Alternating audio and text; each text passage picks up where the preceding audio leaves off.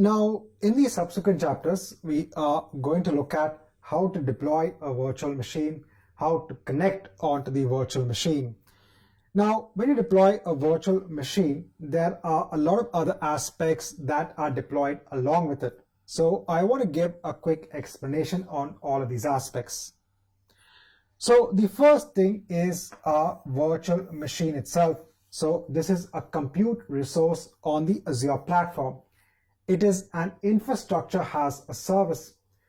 Here, the underlying physical servers are managed by Azure, and you can quickly host a virtual machine. In fact, when we go into a lab, you'll understand better what's the meaning of having a virtual machine in place, in case if you are not familiar with the concept already. This virtual machine will have a disk associated with it. This is an OS disk. So just like your normal machine, which has disks in place, this is for storing information. Similarly, the virtual machine can have an OS disk for the operating system. At the same time, you could also attach other disks, which could be used for hosting the data. Then the virtual machine needs to be part of a virtual network. So even on an on-premise data center, when you have machines in place, they need to be part of a network.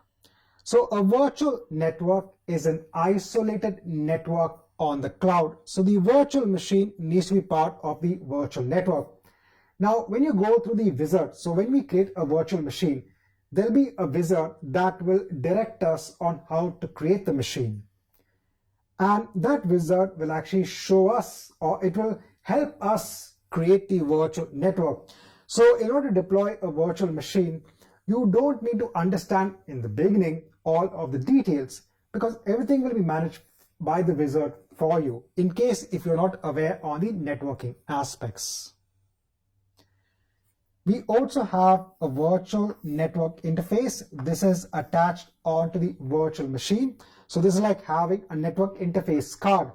So all of the data that goes into the virtual machine and comes out actually goes via the virtual network interface. We then have a network security group that is attached onto the virtual network interface that helps to control the inbound and the outbound traffic. And then we have a public IP address. This actually allows us to communicate with the virtual machine from the internet. And remember, all of the resources that get created need to be part of a resource group, which is used for a logical grouping of resources, and need to be part of a subscription, which is used for billing aspects. Right, so in this chapter, before we actually move along with the building of the virtual machine, I want to go on to the aspect on what goes into building a virtual machine.